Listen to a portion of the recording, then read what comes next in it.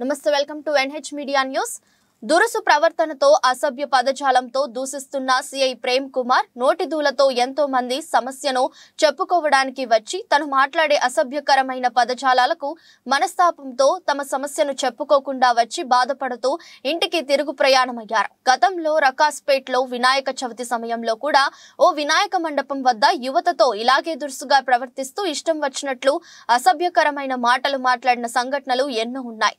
నోరు తెరిస్తే ఆ అసభ్యకరమైన పదమే వస్తది. మరి ఆ పదానికి సిఐ ప్రేమ్ కుమార్ కు ఏం సంబంధం ఉందో ఆ భగవంతునికే తెలియాలి. ఇలాంటి అధికారి ఏ పోలీస్ స్టేషన్ లో ఉన్నా అక్కడి నిజాయితీ సంస్కారంతో పనిచేసే మిగతా వారికి ఇబ్బందే. మంచి వారితో స్నేహం చేస్తే మంచి ఆలోచనలు మంచి బుద్ధులు వస్తాయని అంటారు పెద్దలు.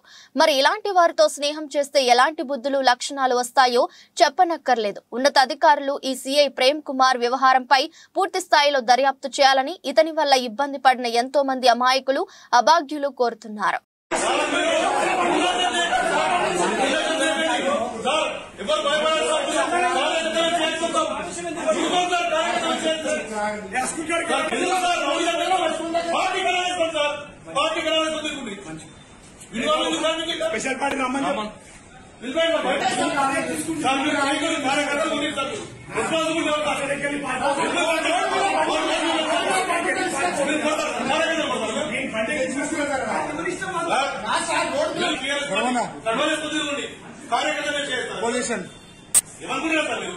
Police department